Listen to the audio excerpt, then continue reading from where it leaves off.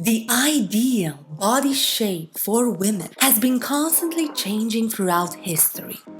It's really interesting when you think about how we got from this to this, or this. Let's go back to this.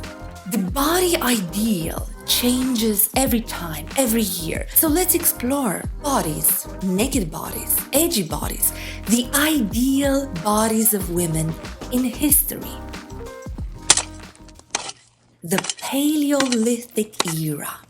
Meet Venus of Willendorf, the sex symbol of the Paleolithic Era. Full body. Well, it was all about the body as she had no face. So she represented the sole purpose of a woman, to reproduce.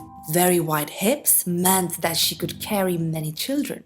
Also, they had to protect themselves from wild animals or other humans, so you would not survive in that era as a runway model. You couldn't even run that fast, so you needed a strong and powerful body to fight danger.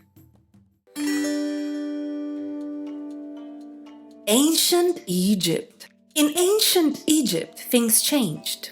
Humans started to have complicated feelings, emotions, thoughts. So not only that a woman had to be fertile, but she had to be desirable as well. She was slender and tall, with narrow shoulders and a high waist. Think about Nefertiti, and later on, Cleopatra.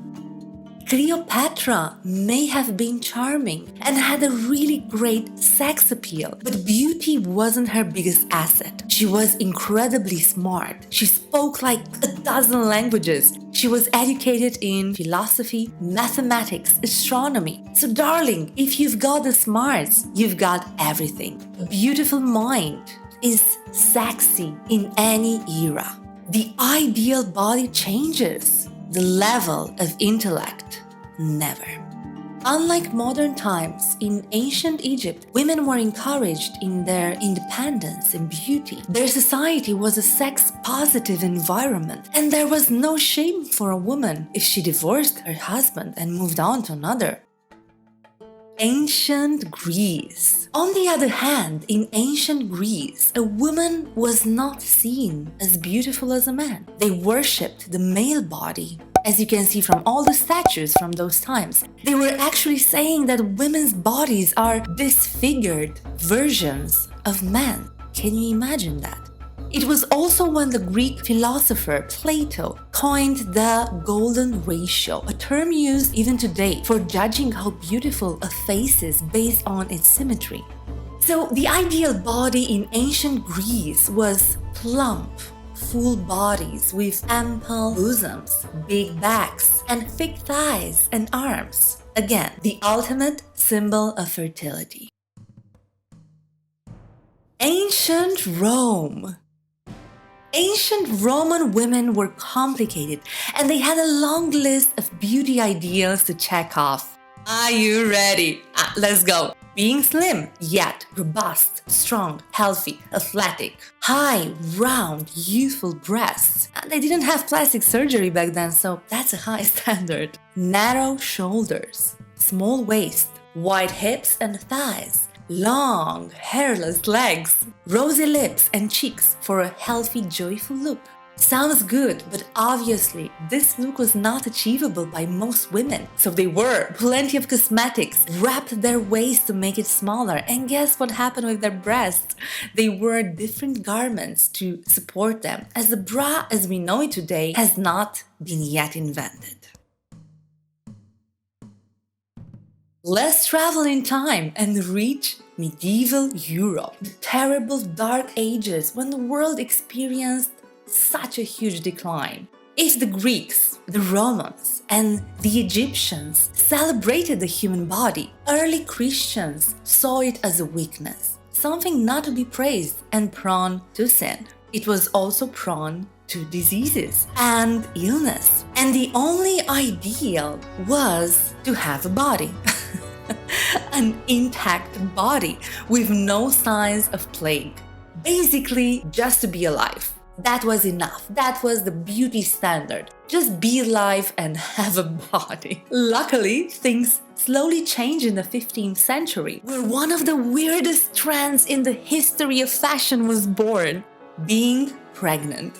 We can understand that in a Europe not so populated post-plague, being pregnant was a huge thing. Fertility was trendy. French women in particular wore a sack under their dresses to look pregnant. That's for sure a fashion trend that will never ever return. We are now in the Italian Renaissance period. Fertility is out. Beauty and loss are in. The women were no longer just a symbol of fertility, but creatures of desire. And this is thanks to the Renaissance artists like Michelangelo, Botticelli, and Raphael, who paint or carve their ideal of beautiful women. Bodies were curvy with rounded features because this was a sign of good health and wealth. After a dying Europe, you needed to see strong and healthy people. Their faces were soft, projecting warmth, serenity, and possibly a maternal quality.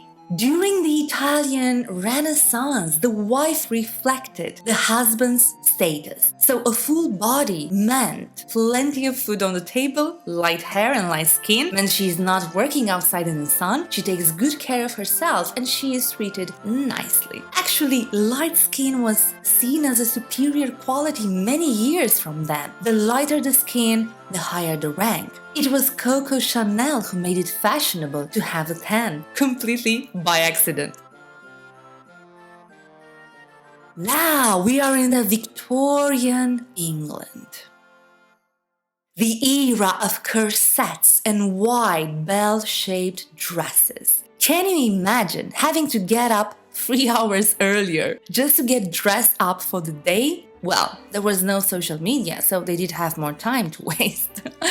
A beautiful woman in this time was desirably plump, full-figured, cinched waist to give the perception of the desirable hourglass figure, and also pale, frail, weak, and fragile. These standards overlapped with sickness and decay, as many people were dying of tuberculosis. So unhealthy pale skin was a common symptom that oddly provoked this desire for women to look that way. Unlike the ancient Rome, women didn't wear plenty of makeup because in the Victorian era, makeup was associated with theater and prostitution. So they had to hide their makeup in secret compartments or boxes. Oh, can you imagine the thrill of it?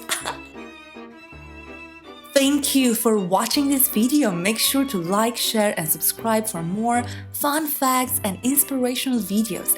And join me next week when we will talk about the body ideal at the turn of the century.